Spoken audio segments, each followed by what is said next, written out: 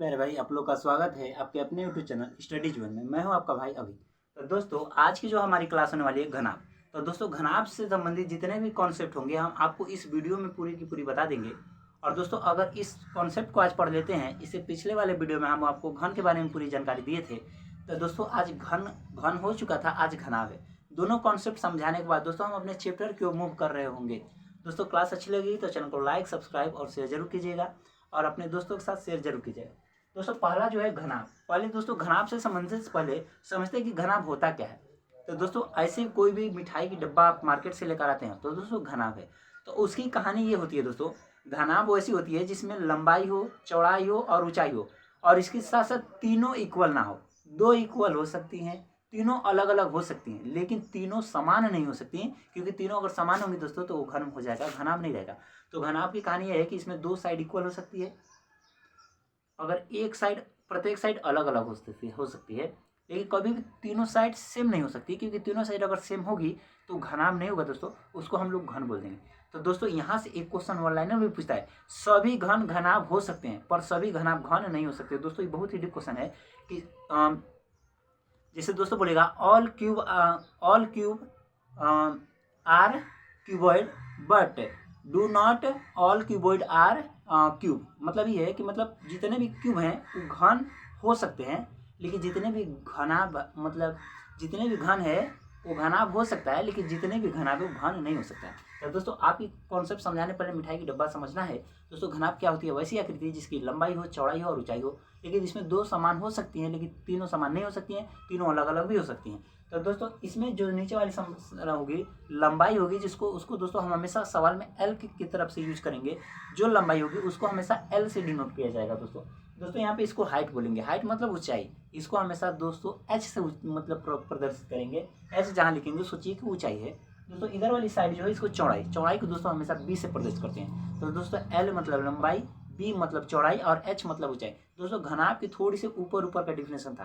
तो दोस्तों, वैसी मिठाई की डब्बा लेकर आते हैं मार्केट से, सब का सब घनाभ रहता है। तो दोस्तों, घनाभ क्या है? वैसी आकृति जिसमें लंबाई हो, चौड़ाई हो, ऊंचाई हो और तीनों अलग अलग हो या दो अलग अलग हो, ऐसी कहानी हो सकती है दोस्तों। मतलब दो सेम भी हो सकती है पर तीनों सेम नहीं हो सकती है।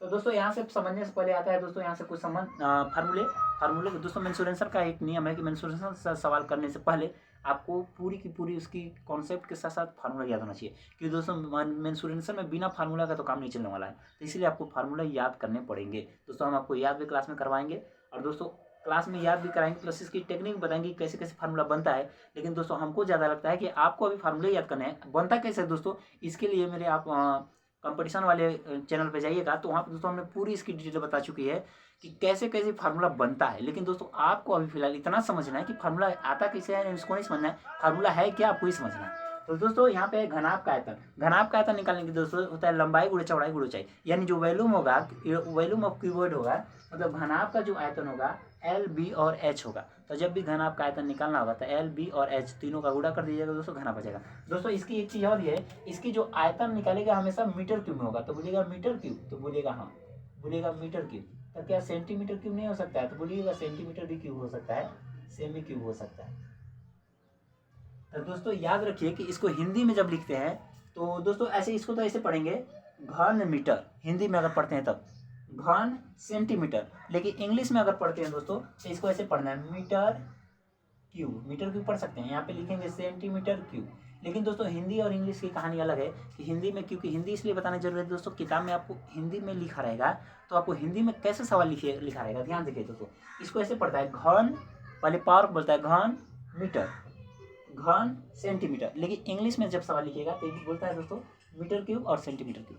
तो दोस्तों, घनाभ क्या? घनाभ का आयतन निकालने के लिए लंबाई गुणे चौड़ाई गुणे ऊंचाई। दोस्तों, अगला है घनाभ का पार्श्व पृष्ठीय क्षेत्रफल या घनाभ का वक्र पृष्ठीय क्षेत्रफल या चार दीवारी का क्षेत्रफल। दोस्तों, ऐसे तीनों के लिए फार्मूला होता है 2l + b × h। दोस्तों, यानी याद रखिए, घनाभ का वक्र पृष्ठीय क्षेत्रफल, घनाभ का पार्श्व क्षेत्रफल या चार दीवारी का क्षेत्रफल जब भी कहे तो आधार का परिमाप गुणे ऊंचाई होता है। आधार का परिमाप मतलब दोस्तों जो घनाभ है उसके आधार की परिमाप। घनाभ दोस्तों, घनाभ जो आप लोग पढ़ चुके होंगे स्टार्टिंग में आयत पढ़े होंगे, तो आयत का आधार क्या मतलब आयत का परिमाप क्या होता है, 2 ब्रैकेट में l + b होता है। तो उसी तरीके से क्योंकि घनाभ जो होता है आयत से बनता है, घन जो पिछले क्लास में बताए थे, तो दोस्तों जो घन है ना वो दोस्तों मतलब बनता है, दोस्तों जो घन है ना वो बनता है स्क्वायर से, और घनाभ जो होता है वो बनता है आयत से। तो दोस्तों याद रखिए घनाभ का पार्श्व क्षेत्रफल का है तो अब भी फार्मूला लिखना है 2 ब्रैकेट में l + b × h।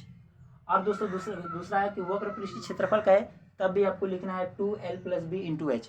दोस्तों अगला है कि अगर इसका मान लीजिए पूछ देता है दोस्तों कि चार दीवारी का क्षेत्रफल बताइए, तब 2l + b × h। तो दोस्तों चार दीवारी तक है, 5 दीवारी कहेगा तो आपको एक चीज इसमें ऐड करना है। तो क्या करना है दोस्तों, देखिए 5 दीवारी कहता है तो 5 तक जाने का 2 रास्ता है, या तो 4 में 1 जोड़ दीजिए तब भी 5 जा सकते हैं, या तो 6 में 1 घटा दीजिए तब भी 5 जा सकते हैं। तो दोस्तों अभी फिलहाल हम 4 में 1 जोड़ते हैं। जैसे कि 4 दीवारी का क्षेत्रफल है, अगर यहाँ से आपसे गलती से कभी 5 दीवारी का भी पूछ ले, जैसे कि एक कार रखने के लिए जब भी आप बनाइएगा चार तरफ से पैक रहेगा, और कार जब आप रूम में रखते हैं या कार रखने के लिए एक मान लीजिए प्लास्टिक का तिरपाल बनाए हैं, तो चार तरफ से तो पैक करिएगा ही करिएगा, लेकिन ऊपर से भी पैक करते हैं तो वहाँ पे 5 दीवारी हो जाता है। तो दोस्तों उसका क्षेत्रफल कहेगा तो 4 दीवारी के क्षेत्रफल में एक बार l दोस्तों और × b जोड़ देना है। l भी क्यों, क्योंकि उसमें जो भी मतलब करिएगा दोस्तों उसमें लंबाई और चौड़ाई आती है, उसमें ऊंचाई कभी नहीं आती है। जैसे छत है, छत पे अगर एक तिरपाल गिरेगा तो तिरपाल की लंबाई होगी, चौड़ाई होगी, लेकिन ऊंचाई ना होगी, क्योंकि ना के बराबर होगी तो ऊंचाई दोस्तों उसमें होगी नहीं, इसलिए LB करते हैं। तो दोस्तों LB अगर जोड़ देते हैं तो ये 5 दीवारी का क्षेत्रफल हो जाता है। तो दोस्तों अभी फिलहाल इसको मिटा रहे, जब सवाल आएगा तभी उसी समय कराएंगे, याद रखिएगा। दोस्तों अगला है कि घनाभ का संपूर्ण पृष्ठीय क्षेत्रफल। तो दोस्तों घनाभ का संपूर्ण पृष्ठीय क्षेत्रफल होता है टोटल सरफेस एरिया। तो दोस्तों बोलिएगा 2 ब्रैकेट में l + b l × b + bh + hL होता है। दोस्तों 2lb + bh + hL होता है। तो देखिए दोस्तों 2lb + bh + hL होता है। और दोस्तों ये घनाभ का संपूर्ण पृष्ठीय क्षेत्रफल होता है।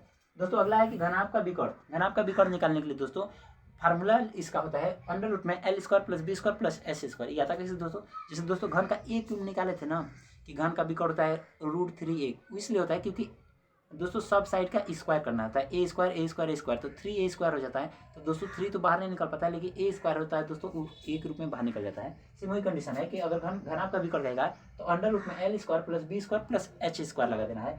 दोस्तों अगला है कि घनाभ के एक फलक का परिमाप कितना है। दोस्तों घनाभ जो होती है उसकी एक फलक का परिमाप, जैसे दोस्तों यहाँ पे मान लीजिए आपके सामने एक घनाभ बना दिया, इसकी परिमाप क्या होगी, तो परिमाप मतलब सभी भुजाओं का जो सम होता है। तो दोस्तों यहाँ पे l इधर भी है, l इधर भी है, b इधर भी है, b इधर भी है। तो दोस्तों l का बार है तो बोलिएगा 2 बार l है, दोस्तों b का बार है तो बोलिएगा 2 बार b है। तो दोस्तों 2 कॉमन ले लेंगे तो क्या बचेगा l + b। तो दोस्तों इस तरीके से आता है घनाभ का, दोस्तों घनाभ का परिमाप, घनाभ का एक साइड का परिमाप। तो घनाभ के एक फलक का परिमाप होता है 2l + b, मतलब 2 ब्रैकेट में l + b। दोस्तों अगला है कि घनाभ के अंदर रखी जा सकने वाली बड़ी से बड़ी छड़ की लंबाई। दोस्तों घनाभ हो चाहे घन हो, बड़ी से बड़ी छड़ की अगर लंबाई आपसे पूछता है तो आपको एक ही बात याद रखनी है कि दोस्तों उसमें विकर्ण, घनाभ होगा तो घनाभ की विकर्ण का फार्मूला लगाना है, और घन होगा तो घन का विकर्ण का फार्मूला लगाना है। तो दोस्तों रखी जा सकने वाली बड़ी से बड़ी छड़ की लंबाई, डंडे की लंबाई, रॉड की लंबाई सवाल में आपसे पूछता है तो उस समय समझिए कि जो भी आकृति होगी उसका आपको विकर्ण निकालना है। दोस्तों यहाँ तक आपको पूरी क्लास समझ में आया होगा। और दोस्तों हम बता रहे हैं घनाभ के ऐसी आप कोई क्वेश्चन ही नहीं रहेगा जो आप नहीं बना पाइएगा। तो दोस्तों आज हम घनाभ को पूरी तरीके से कंप्लीट किए हैं। दोस्तों हालांकि चलिए यहाँ पे लिख देते हैं एक फार्मूला, दोस्तों यहाँ पे लिख देते हैं। जैसे मान लीजिए